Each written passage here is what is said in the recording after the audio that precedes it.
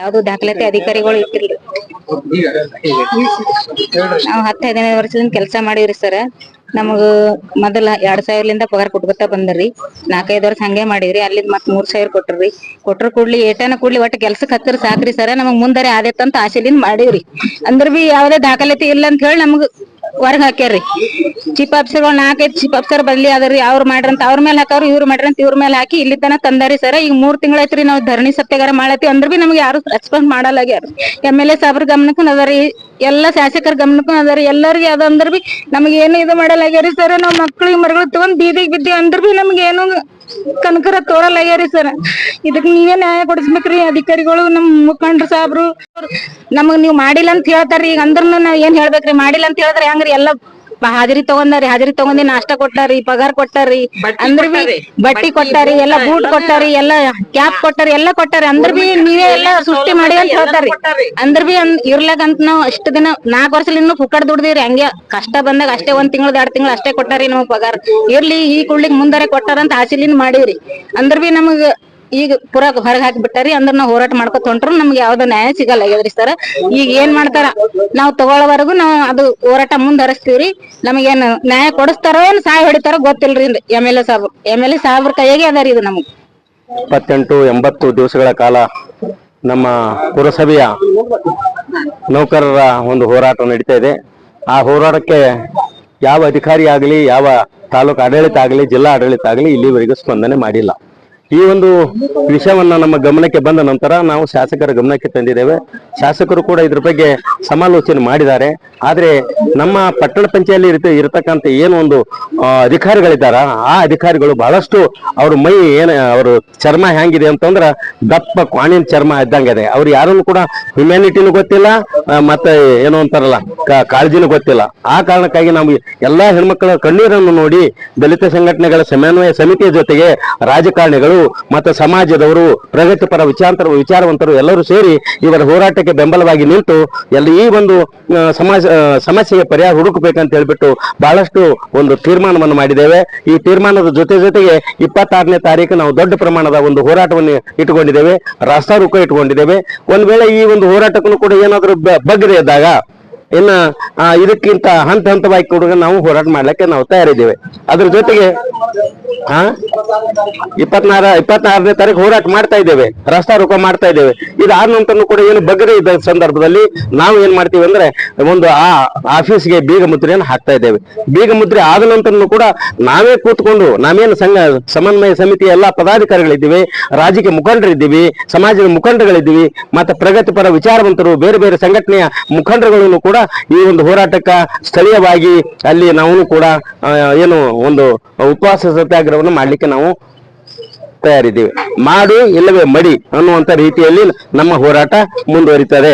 ಇದಕ್ಕೆಲ್ಲರ ಬೆಂಬಲ ಇದೆ. ತಾಲೂಕಿನಲ್ಲಿ ಇರ್ತಕ್ಕಂಥ ಎಲ್ಲರೂ ಕೂಡ ಇವತ್ತೇನಾಗಿದೆ ಅಂತಂದ್ರ ಈ ತಾಯಂದಿರು 3 ತಿಂಗಳು ಬಿಟ್ಟ ಸಲುವಾಗಿ ಅಲ್ಲಿ ಏನ್ ನಡೆದ್ರಿಂದ ಇಡೀ ಜೇವರ್ಗಿ ತಾಲೂಕು ಗಬ್ಬೆದ್ದು ನಾರ್ತಾ ಇದೆ. ತಿರುಗಾಡಕ್ಕೂ ಕೂಡ ಸಾಧ್ಯ ಇಲ್ಲ. ಬಸ್ ಸ್ಟ್ಯಾಂಡ್ನಿಂದ ಅಲ್ಲಿ ಒಂದು ಮಿನಿ ವಿಧಾನಸೌಧವರಿಗೆ ನೋಡಿದ್ರೆ ಗಬ್ಬೆದ್ದು ನಾರ್ತದೆ.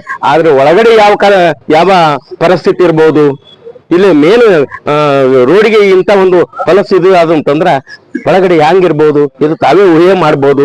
ಈ ಊಹೆಯ ಪ್ರಕಾರ ನೋಡಿದ್ರೆ ಇದು ಜೇವರಿ ಪಟ್ಟಣ ಗಬ್ಬೆದ್ದು ನಾರ್ತದೆ.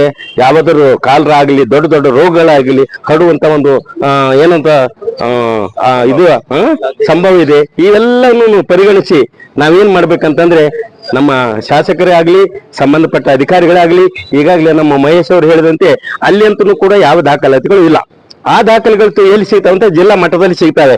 ಮಾಹಿತಿ ಹಕ್ಕಿನಲ್ಲಿ ನಾವು ಎಲ್ಲ ಸಂಬಂಧಪಟ್ಟ ಹಕ್ಕುಗಳನ್ನು ಕಾಗದ ಪತ್ರಗಳನ್ನು ತಗೊಂಡ್ವಿ.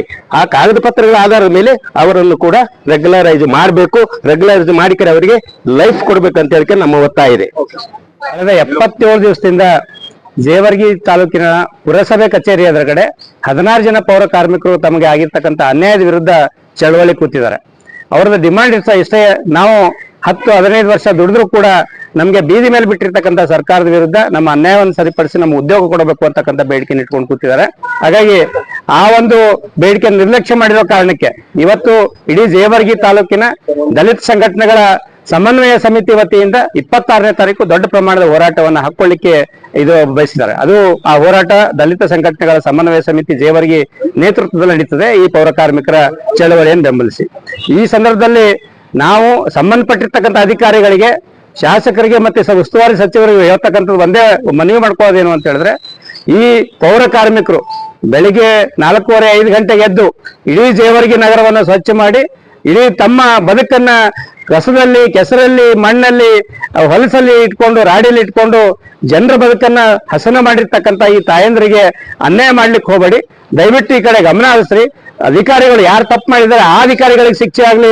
ಆದ್ರೆ ಎಲ್ಲ ಕ್ಲೀನ್ ಮಾಡಿರ್ತಕ್ಕಂಥ, ಇಡೀ ನಗರವನ್ನ ಸ್ವಚ್ಛ ಮಾಡಿರ್ತಕ್ಕಂಥ ಈ 16 ಜನ ಪೌರ ಕಾರ್ಮಿಕರಿಗೆ ಯಾವ ಕಾರಣಕ್ಕೆ ಶಿಕ್ಷೆ ಆಗಿದೆ ಶಿಕ್ಷೆ ಆಗ್ತಾ ಇದೆ ಅಂತಕ್ಕಂಥ ವಿಷಯನ ನೀವು ನಮಗೆ ಹೇಳ್ಬೇಕು ಅಂತಕ್ಕಂಥ ಇದನ್ನ ಮಾಡ್ತೇವೆ. ಇದೇ ಸಂದರ್ಭದೊಳಗೆ ಇದೇನು ತಾಯಂದ್ರು ಇದ್ದಾರೆ, ತಾಯಂದ್ರು ಬಿಸಿಲು ಅಂದರೆ, ಗಾಳಿ ಅಂದರೆ, ಮಳೆ ಅಂದರೆ 77 ದಿವಸದಿಂದ ಜೇವರ್ಗಿ ಪುರಸಭೆ ಕಚೇರಿಯಲ್ಲಿ ನಿಂತಿದ್ದಾರೆ. ಅಧಿಕಾರಿಗಳು ಏನ್ ಮಾಡ್ತಾ ಇದ್ದಾರೆ, ಮಾನವೀಯತೆ ಅಂತಕ್ಕಂಥದ್ದು ಏನಾದ್ರೂ ಇದೆಯಾ ಈ ಆಡಳಿತಕ್ಕೆ ಅಂತಕ್ಕಂಥ ಪ್ರಶ್ನೆ ಈ ಸಂದರ್ಭದಲ್ಲಿ ಮಾಡ್ತೀವಿ. ಹಾಗಾಗಿ ಈ ಕೂಡಲೇ ಇರ್ತಕ್ಕಂಥ ದಾಖಲೆಗಳು ಏನು ಮಾಹಿತಿ ಹಕ್ಕು ಕಾಯ್ದೆ ಅಡಿಯೊಳಗೆ ಜಿಲ್ಲಾಧಿಕಾರಿಗಳ ಕಚೇರಿಯಿಂದ ದಾಖಲೆಗಳನ್ನು ತಗೊಂಡಿದೀವಿ. ಆ ಲಭ್ಯ ಇರ್ತಕ್ಕಂಥ ದಾಖಲೆಗಳ ಆಧಾರದ ಮೇಲೆ, ಮಾನವೀಯತೆ ಆಧಾರದ ಮೇಲೆ, ಅದು ಎಲ್ಲಕ್ಕಿಂತ ಮುಖ್ಯವಾಗಿ ಇವರೇನು ಹಿಂದೆ ಕೆಲಸ ಮಾಡಿದ್ದಾರೆ ಅದನ್ನು ಪರಿಗಣಿಸಿ ಈ ಕೂಡಲೇ ಅವರಿಗೆ ನೇಮಕಾತಿ ಮಾಡಬೇಕು ಅಂತಕ್ಕಂಥ ಒತ್ತಾಯವನ್ನ ಈ ಸಂದರ್ಭದಲ್ಲಿ ದಲಿತ ಸಂಘಟನೆಗಳ ಸಮನ್ವಯ ಸಮಿತಿ ಪರವಾಗಿ ನಾನು ಮಾಡ್ತೇನೆ. ನಾನು ಡಾಕ್ಟರ್ ಮಹೇಶ್ ಕುಮಾರ್ ರಾಠೋಡ್, ದಲಿತ ಸಂಘಟನೆ ಸಮಿತಿಯ ಸಂಚಾಲಕ.